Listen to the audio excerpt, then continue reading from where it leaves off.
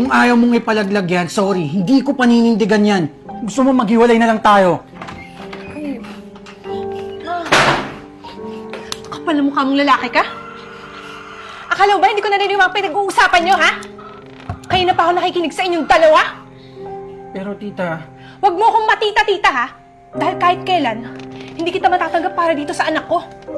Kung wala kang bayag, kung hindi mo kayang panindigan yung anak ko, pues, wag mo! Itong tatandaan mo, ha? Yung buhay ng anak ko at ng apo ko, hindi masisira. Pero yung sayo, sisiguraduhin ko malalaman niya ng magulang mo. Tsaka gagawin ko lahat para matanggal ka dyan sa eskwelahan mo. Tanda mo na. Tandaan mo yan, ha? Babalikan kita. tita, wag naman po, maawa naman po kayo sa akin, please. Ma, sorry. Mag-uusap pa tayo sa bahay, ha? Hindi pa tayo tapos. Halika na, umuwi na tayo. Iwan mo na yung walang kwentang lalaki na yan. Halika na!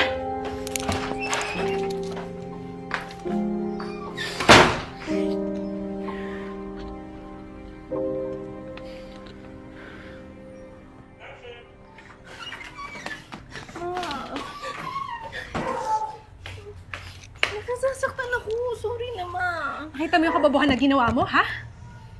Punyemas naman, Jeremy. Saan ako nagkulang sa'yo, ha? Nagkulang ba ako sa pangaral? Halos magkanda ko ba ako katatrabaho para lang magtapos ka ng pag-aaral mo? Sinakripisyo ko lahat, ginawa ko lahat para sa'yo, para may magandang buhay ka. Pero bakit hindi ka nakinig sa akin? Bakit ka nagpabuntis? Ma, sorry na, ma. Anak naman eh. Ang gusto ko lang naman sana suklian mo yung mga paghihirap ni Mama para sa'yo. Hindi naman kita pipigilan eh kung ano may mga gusto mo. Pero sana naman, sana nakinig ka sa akin. Sana nagtapos ka muna ng pag-aaral mo. Lahat ng sinasabi ko, hindi naman to para sa akin eh. Para sa'yo to, nak. Kasi ayokong matulad ka sa akin. Single mom ako, anak ko. Ayokong magaya ka sa akin na ganito. Iniwan ng tatay mo nung pinagbubuntis pa lang kita, nak. Ma, sorry na, ma. Anong sinasadya eh, ma? Yung kasi problema sa inyo, nak eh. Kapag pinapagalitan kayo, feeling nyo, laging kontrabida kami dyan sa buhay nyo.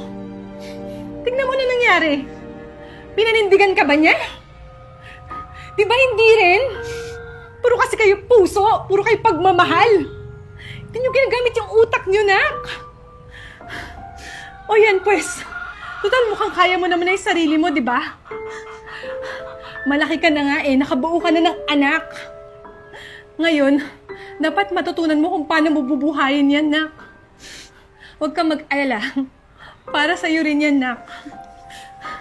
Ngayon, matututunan mo na kung bakit ganito kami mga nanay sa inyong mga anak.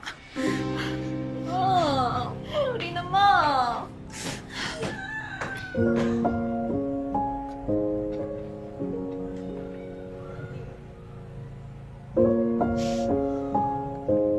Yan, sana sa maliit na storya na to, ano bang napupulutan mo na aral dito?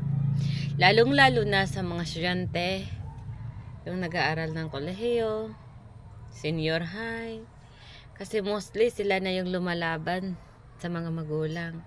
Lalong-lalo na kapag pinagsasabihan na wag ka muna magjojowa, wag ka muna ng ganito. Lalong-lalo na nila ginagawa yung mga bagay na ayaw ng kanilang pamilya. Tandaan po natin, mga langga. Sana pinapanood nyo tong video na to. Kasi sa panahon ngayon, iba na ang generation. Yung ayaw ng pamilya, yun yung gustong-gusto naman nila. Pag nagagalit, yun. Kung ano-ano nang gagawin. Ayaw nang umuwi ng bahay. Ay nako, hindi maintindihan.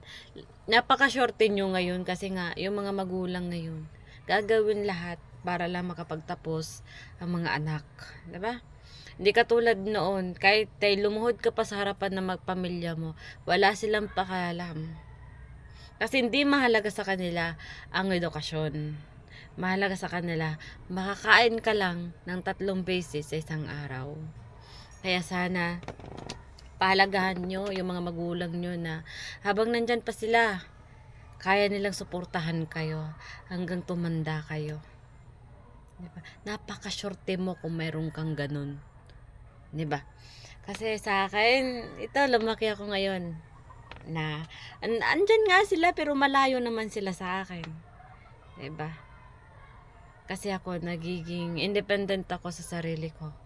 Kasi lumaki ako, pinaral ko yung sarili ko mag-isa.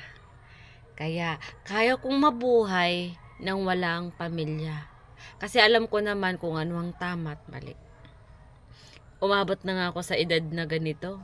Hindi pa ako nag-aasawa. Pero ilang buwan na lang, finally mag-aasawa na ako.